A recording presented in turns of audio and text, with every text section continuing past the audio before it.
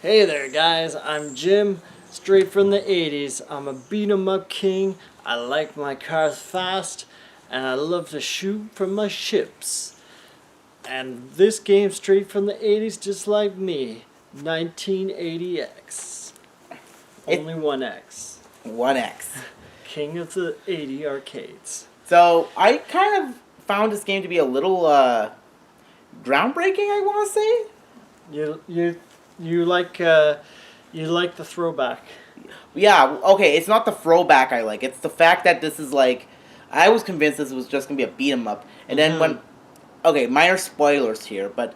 It's not just a beat 'em up. Yeah, like the way the level ends, you go up to the bad guys and you beat them up, and it just does a camera pan upwards to like the sky, and I'm like, oh, what's this? Is And this they gonna be take like? you out to the trash.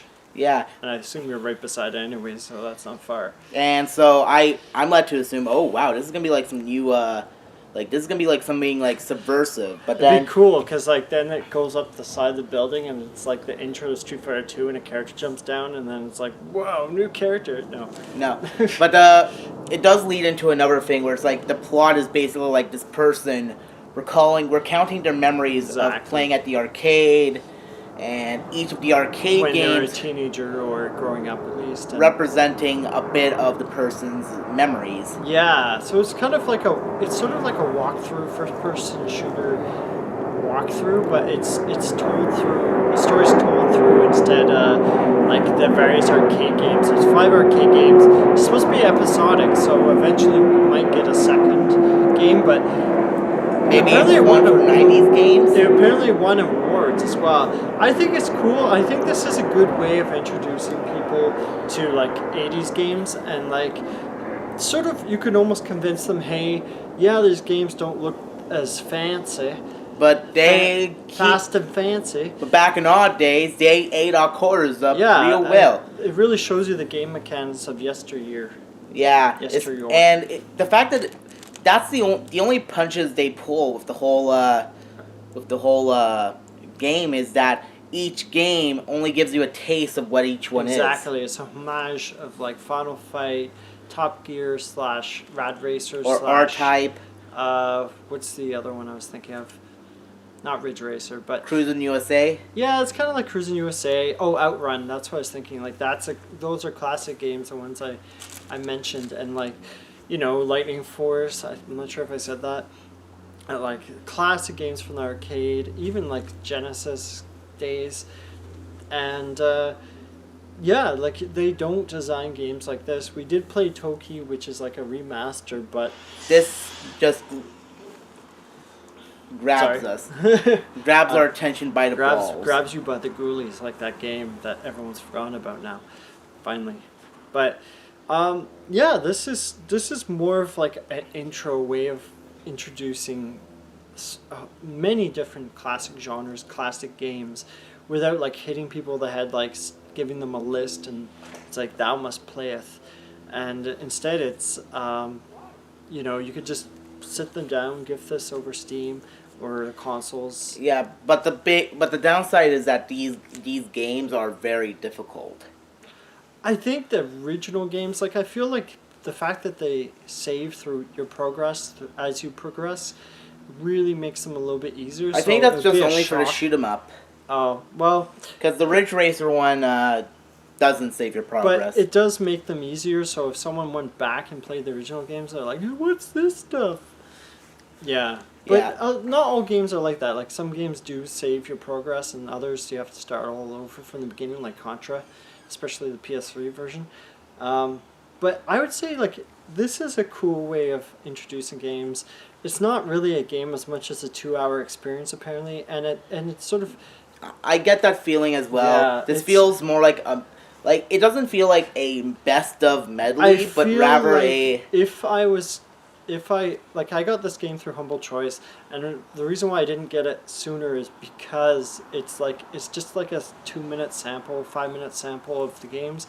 You're not getting like 5 different games, which would be really cool, but then it wouldn't be presented the same way, right? Like it wouldn't have the same impression on you. Yeah.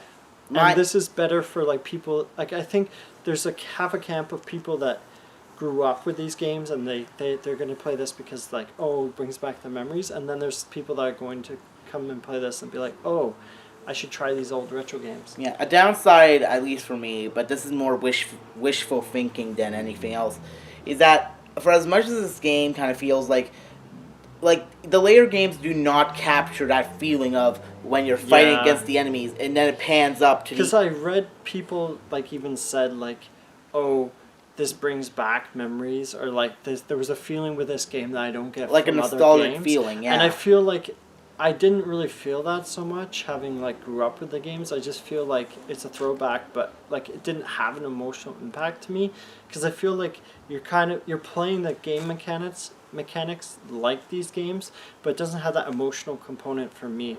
So like as cool as there's a story and then they put the story embedded between the games, I feel like if I played the actual games that this is trying to suggest I play and like emulate, I feel like I would feel it, and I don't really feel it so much for this. Like, I think it's a cool throwback, but for me, like, I'd rather play those games than this. Yeah, that's what I feel. Yeah, back to what I was saying about the wishful thinking. We've played a lot of fighting games, like a bunch of beat 'em ups, like we were like the fighting game consecutively in and so at one point I just joked with Jim, wouldn't it be funny a twist if all this time you're actually beating up innocent people? Because like the Fight Club. Yeah, that's what you said. Yeah, it'd be interesting if they had like a twist like that. Actually, it'd be kind of dark. And then when it showed that, oh, this character's about to get beaten up, I was like, oh wow, is this gonna be like a different and then like when the story starts and it's like there's this character, I thought, oh, we're either gonna play from another person's perspective or we're gonna go back to see how they got into that situation. But it turns out no, it's just, oh, I'm just at the arcade, man. Well, that's kind of like how Sonic is, the Sonic movie that came out, but it's being done like it's a certain way of movie making. I think as far as I know, it's in movies. I'm not sure if it. On TV tropes they call it the "How We Got Here" sort of thing. Yeah, and even a lot of games have done that too. Like Persona 5 did it. Oh, okay. See, I heard about it, but anyways, for me, I'd say like this is a cool game. It's got a lot of style to it. It's cool. I found out that only 2 people pretty much worked on this game as far as I know, which is actually impressive. And like just to do the different game engines is actually not an easy thing to do especially if they do it from scratch. But I'd give it like a 6 or a 7. Like I don't feel like, I think if you really love the games and you've never played them before, try this. Maybe you'll get into games. But I feel like if you've already played games for like a few decades, I feel like this is not really so much. Yeah, for what they're worth, these games do give you like a little sampling, but I mean, if its purpose is to just like give you a sampling, that's it. I'd rather go with like a sort of like, you could select them from the word go. You don't need this long-winded intro. Yeah, that's the problem. You can't skip the intro. You can't or just like even cutscenes in the middle about the character. Like I don't mind it. I didn't mind it at all. But it was more like if that's what its purpose is, just have it be like more presentable and like, this is a retrospective of 80s video game genres. That's the thing, and I think they wanted to make it bigger than that. Like it was sort of their story, and they wanted to tell it.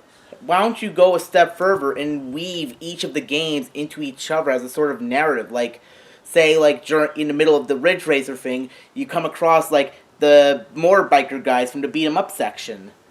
That might work. I don't know. Like having a little bit of a bleed over. I think that's where they separate it. I think they separate it so that it was more like the games that they played rather than like trying to make it. Again, it's just like one big arc. I think it's just wishful thinking for me. Like this game, like I liked it at the beginning, but then once I realized what the premise is, in one ear out the other, I give it a 7 out of 10. Yeah, I feel it's closer to 6.5 for me. It's just, it's not something I'd ever like have a huge urge to come back to now that I've tried it. Yeah, so I only give it an extra point because it does it was a little challenging. I will say that. It does capture the hardness, especially since we came out of Toki. Yeah, this week unintentionally became like that. Oh well. It was not planned, I swear. Well, anyways, keep on riding through the 80s because we'll be running in the 90s soon. All right. Keep on glamming.